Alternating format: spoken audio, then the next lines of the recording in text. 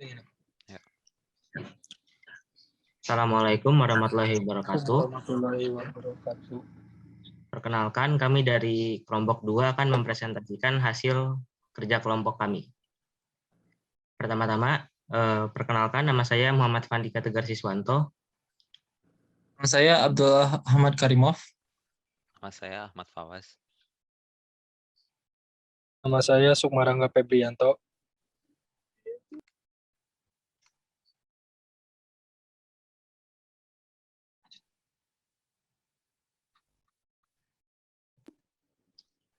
Latar belakang. Republik Indonesia Serikat atau RIS dibentuk sebagai wujud kesepakatan antara Indonesia, Belanda, dan Bijenkorps for Federal Overleg atau BOF pada konferensi Meja Bundar KMB. KMB diadakan sebagai upaya pemerintah Indonesia untuk mempertahankan kemerdekaan dari tangan penjajah.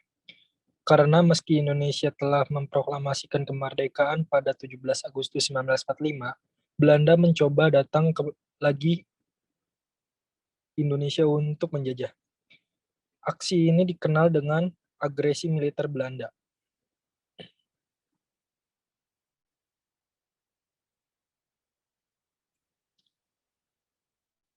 Sebab terbentuknya Republik Indonesia Serikat atau RIS tidak lepas dari kedatangan kembali Belanda ke Indonesia lewat agresi militer Belanda II pada 19 Desember 1948. Pada agresi militer II, Belanda menyerang Yogyakarta yang menjadi ibu kota Indonesia pada waktu itu. Bahkan sejumlah tokoh seperti Soekarno dan Muhammad Hatta ditangkap oleh Belanda dan diasingkan ke daerah.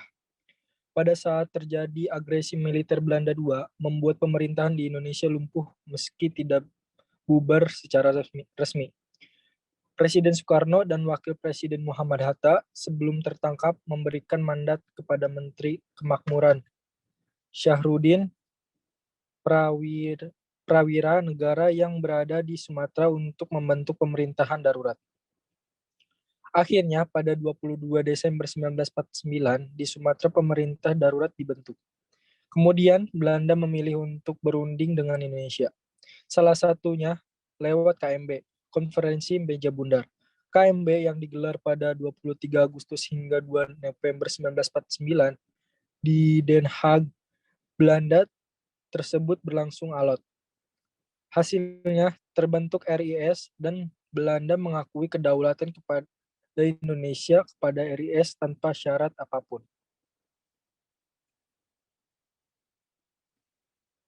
Akibatnya, yang pertama, diubahnya bentuk negara kesatuan menjadi negara federal dengan sistem parlementer. Yang kedua, berlaku dua konstitusi secara bersamaan di wilayah negara bagian Republik Indonesia, yaitu Konstitusi Republik Indonesia Serikat dan Undang-Undang Dasar 1945. Yang ketiga, Indonesia terbagi menjadi 7 negara bagian dan 9 daerah otonom dengan masing-masing mempunyai luas daerah dan jumlah penduduk yang berbeda. Yang keempat, terbentuknya formatur kabinet yang terdiri dari 4 orang, yaitu Muhammad Hatta, Anak Agung Gede Agung, Sri Sultan Hamengkubuwono IX, dan Sultan Hamid II.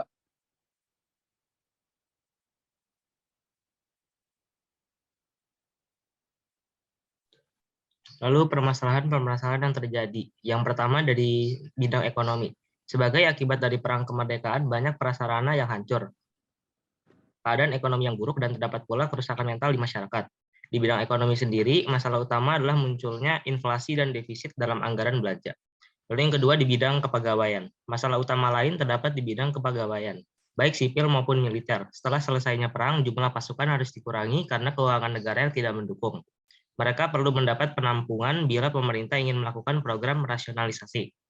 Lalu yang berikutnya adalah masalah-masalah di separatisme. Gerakan Angkatan Perang Ratu Adil, APRA. Gerakan APRA dipimpin oleh Kapten Raymond Westerling. Gerakan ini didasari oleh adanya kepercayaan rakyat akan datangnya seorang Ratu Adil yang akan membawa mereka ke suasana aman dan tentram serta memerintah dengan adil dan bijaksana. Tujuan gerakan APRA adalah untuk mempertahankan bentuk negara federal di Indonesia dan memiliki tentara tersendiri pada negara bagian RIS. Pada tanggal 23 Januari 1950, pasukan APRA menyerang kota Bandung serta melakukan pembantaian dan pembunuhan terhadap anggota TNI.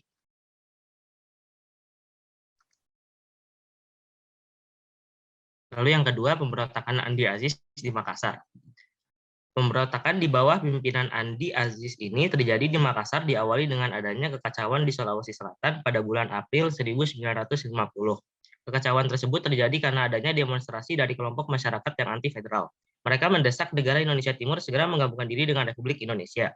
Pemerintah pada tanggal 8 April 1950 mengeluarkan perintah bahwa dalam waktu 4 kali 24 jam, Andi Aziz harus melaporkan diri ke Jakarta untuk mempertanggungjawabkan perbuatannya. Pasukan yang terlibat pemberontakan diperintahkan untuk menyerahkan diri dan semua tawanan dilepaskan. Pada saat yang sama dikirim pasukan untuk melakukan operasi militer di Sulawesi Selatan. Pada tanggal 15 April 1950, Andi Aziz berangkat ke Jakarta setelah didesak oleh Presiden NIT, Sukawati. Tetapi Andi Aziz terlambat melapor sehingga ia ditangkap dan diadili. Sedangkan pasukan yang dipimpin oleh Mayor Worang terus melakukan pendaratan di Sulawesi Selatan. 21 April 1950, pasukan ini berhasil menduduki Makassar tanpa perlawanan dari pasukan pemberontak. Yang ketiga adalah Gerakan Republik Maluku Selatan.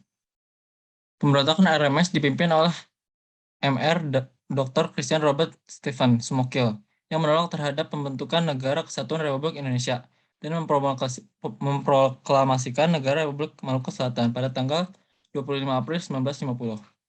Mereka ingin merdeka dan melepaskan diri dari wilayah Republik Indonesia karena menganggap Maluku memiliki kekuatan secara ekonomi, politik, dan geografis untuk berdiri sendiri. Penyebab utama munculnya RMS adalah masalah pemerataan jatah pembangunan daerah yang dirasakan sangat kecil, tidak sebanding dengan daerah di Jawa, Panglima Tentara dan Teritorium Indonesia Timur. Melalui ekspedisi militer, beberapa wilayah penting dapat dikuasai seperti Maluku, Ambon, dan sekitarnya, sehingga beberapa anggotanya banyak yang melarikan diri ke negeri Belanda. Selanjutnya adalah upaya agar permasalahan tidak terjadi lagi. Yang pertama, memulihkan kondisi keamanan dan ketertiban serta menindak secara tegas para pelaku separatisme bersenjata yang melanggar hak-hak masyarakat sipil. Yang kedua, meningkatkan kualitas pelaksanaan otonomi daerah dan desentralisasi serta demokratisasi, meningkatkan deteksi dini dan pencegahan awal potensi konflik dan separatisme. Yang ketiga, memperlakukan kebijakan fiskal, kebijakan moneter atau kebijakan non-fiskal dan non-moneter untuk mencegah inflasi dan deflasi. Selanjutnya adalah tokoh-tokoh yang berpengaruh. Yang pertama adalah Muhammad Hatta. Muhammad Hatta adalah negarawan dan ekonom Indonesia yang menjabat sebagai Wakil Presiden Indonesia pertama. Ia bersama Soekarno memainkan peranan sentral dalam perjuangan kemerdekaan Indonesia dari penjajahan Belanda. Bung Hatta terpilih menjadi Perdana Menteri RIS, juga merangkap sebagai Menteri Luar Negeri RIS dan berkedudukan di Jakarta.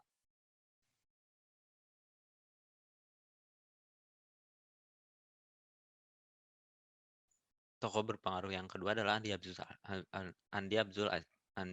Aziz. Andi Abdul Aziz adalah seorang tokoh militer Indonesia yang dikenal karena keterlibatannya dalam peristiwa Andi Aziz. Andi Aziz menjadi salah satu punggung pasukan pemberontak APRI selama bulan April sampai Agustus di Makassar, di samping pasukan Belanda lain yang desersi dan tidak terkendali. Seperti yang terjadi dalam pemberontakan APRA, Westerling yang terlalu mengandalkan pasukan khusus Belanda, Regimen Special Troepen yang pernah dilatih Westerling, maka dalam pemberontakan Andi Aziz hampir semua unsur pasukan Belanda terlibat, terutama KNL, non-pasukan komando. Lalu tokoh berpengaruh yang ketiga ada Raymond Westerling. Raymond Westerling adalah komandan pasukan Belanda yang terkenal karena memimpin pembantaian Westerling di Sulawesi Selatan dan percobaan kudeta APRA di Bandung, Jawa Barat. Aksi militer yang dilancarkan oleh Westerling bersama APRA yang antara lain terdiri dari pasukan elit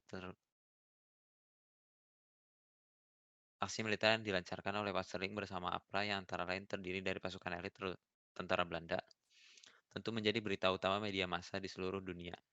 Untuk dunia internasional, Belanda sekali lagi duduk di kursi terdakwa. Duta Besar Belanda di AS, Van Clevens, melaporkan bahwa di mata orang Amerika, Belanda secara licik sekali lagi telah mengelabui Indonesia, dan serangan di Bandung dilakukan oleh De Zwart Hand van Nederland, tangan hitam dari Belanda. Lalu yang keempat atau yang terakhir ada Chris Somokil.